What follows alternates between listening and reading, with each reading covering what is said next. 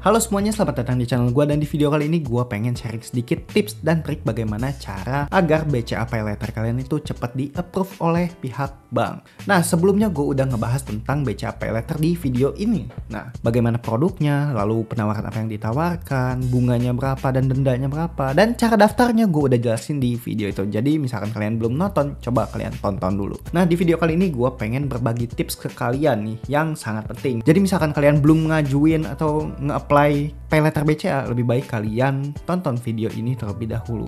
Nah, sebelumnya gue pengen ngebahas tentang BCA Paylater sedikit. Jadi BCA Paylater itu adalah fasilitas kita itu bisa membeli barang dengan cara mencicil atau beli sekarang bayar nanti. Ini produknya berbeda dengan pinjol ya. Kalau pinjol itu kan barangnya itu berupa uang, tapi kalau ini tuh enggak. Jadi kita tuh bisa mencicil barang dengan tenor yang cukup panjang. Ada yang 3 bulan, 6 bulan, bahkan sampai 12 bulan. Dan bunga BCA Paylater ini sangatlah kompetitif. Jadi ada beberapa tips, misalkan kalian pengen cepat di-approve, dan proses approval ini ya ini berbeda dengan kartu kredit. Kalau kartu kredit kan approvalnya itu bisa sampai seminggu atau enggak 2 minggu, ya intinya lama gitu. Proses analisanya itu benar-benar lama. Tapi misalkan di BCA Paylater ini prosesnya cukup cepat, bisa sehari 2 hari, ya paling lama seminggu sih. Tapi pengalaman gue itu di approve tuh selama 6 jam doang. Kenapa bisa 6 jam? Dan di sini gue mau berbagi sedikit tipsnya. Nah, jadi misalkan kalian adalah pengguna rekening BCA, misalkan tahapan ekspresi, blue atau enggak yang lain, itu ya kalian berkesempatan buat memiliki produk BCA yang lain, misalnya kayak kartu kredit,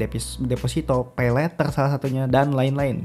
Jadi kalian itu berkesempatan untuk nge-approve. Nah, kalau untuk kartu kredit dan juga Paylater, ternyata ini berpengaruh sekali ya. Jadi rekening kalian itu benar-benar bakal dianalisa gitu ya sebelum kalian itu disetujuin atau enggak si Paylaternya. Nah, jadi misalkan kalian pengen disetujuin Paylaternya dengan limit tinggi, ternyata proses evaluasi itu ada di buku tabungan kalian. Misalkan kan biasanya orang itu ada punya dua ya gitu ya, punya dua kartu rekening, yang satu buat tabungan, yang satu lagi buat sehari-hari.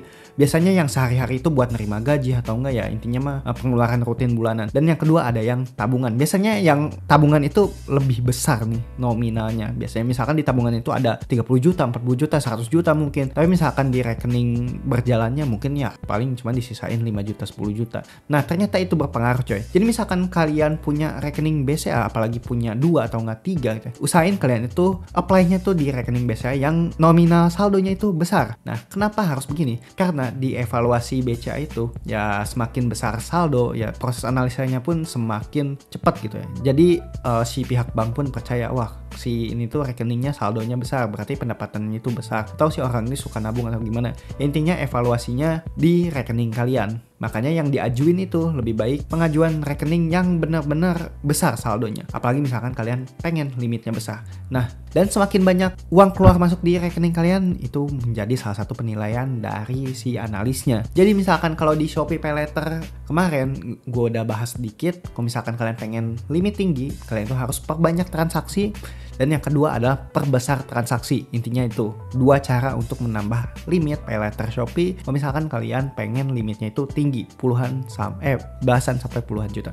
Tapi misalkan di BCA ya intinya itu berdasarkan rekening kalian juga. Pengalaman gua kan ngajuin pakai rekening yang ini ya buat sehari-hari, buat nerima gaji segala macam. Jadi di situ tuh ada duit keluar masuk tapi sedikit, tapi rutin gitu. Dan itu menjadikan limit Paylater gua sedikit, cuma dikasih 2 juta aja. Mungkin misalkan gue ngajuin pakai kartu rekening gue yang tabungan yang mungkin saldonya puluhan juta, ya mungkin limitnya bakal besar lagi. By the way, untuk limit BCA Paylater itu maksimal 20 juta. Ini cukup besar, sama seperti kartu kredit, dan ini pun bisa bertambah gitu. Tinggal ajuin aja ke customer service-nya. Tapi misalkan untuk di awal-awal pasti kita dikasih limit yang kecil based on kartu rekening kalian. Misalkan saldonya sedikit, kemungkinan besar Paylater kalian tuh saldonya sedikit juga gitu.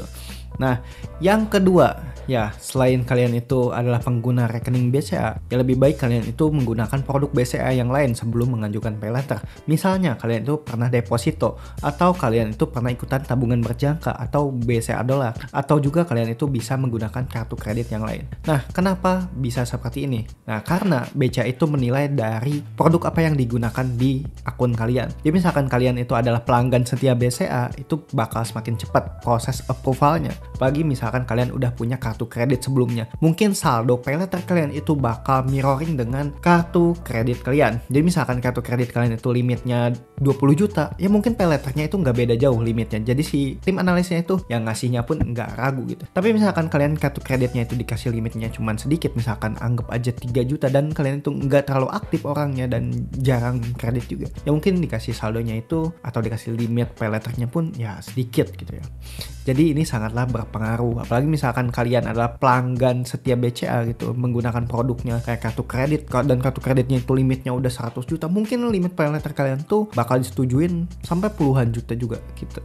Ya itu ada kemungkinan juga sih. Jadi misalkan kalian adalah pengguna BCA, ya lebih baik kalian gunain dulu tabungan dan juga produk-produk BCA yang lain sebelum mengajukan BCA paylater. Ya tentunya tips ini agar BCA paylater kalian itu bisa disetujuin dan limitnya itu besar. Dan selanjutnya ini berhubungan dengan kebiasaan kalian ya. Jadi kalau yang ketiga ini ya tentang aktivitas kredit kalian. Nah, jadi misalkan kalian adalah debitur atau kreditur di bank lain atau nge-finance lain gitu ya. Ya kalian mungkin nggak cuma ngegunain paylater BCA doang gitu. Misalkan kalian ngegunain Shopee Paylater atau di perbankan lain atau multi finance gitu, kalian itu minjem duit atau enggak kalian tuh ngajuin pembiayaan sepeda motor atau enggak mobil gitu, kendaraan atau enggak KPR rumah. Nah, intinya misalkan kalian punya cicilan seperti itu, sebenarnya kalian itu bisa ngajuin limit paylater. Tapi misalkan aktivitas kredit kalian itu nggak lancar, misalnya kalian ngebayar cicilan kendaraan motor itu macet atau nggak cicilan yang lain itu ada yang macet, ya kemungkinan limit paylater yang dikasih pun bakal sedikit dan si pihak bank pun ya mungkin ragu gitu untuk nge-approve permintaan kalian.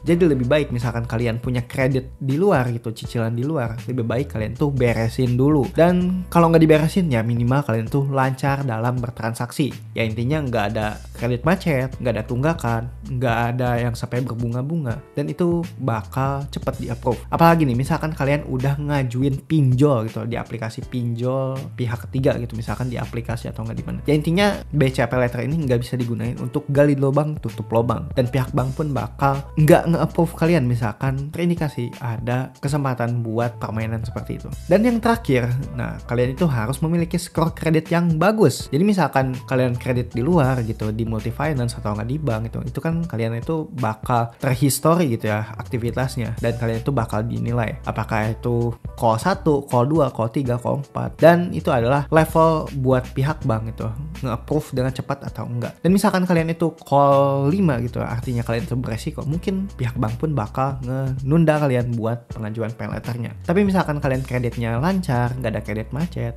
dan callnya itu call 1, ya mungkin pengajuan kartu kredit atau nge-payletternya tuh ya bakal langsung di-approve. Nah pengalaman gue soalnya kalau gue itu kan nggak ada kredit macet ya sama sekali. Ya jadi proses apply-nya pun cepat, ini cuma 6 jam. Dan adakah tips dan trik lain terkait pengajuan BCA payletter? Coba misalkan kalian punya tips and trik lain, kalian boleh komentar di bawah. Dan thanks ya buat kalian yang udah nonton video ini sampai akhir. Semoga informasi yang gue berikan bermanfaat.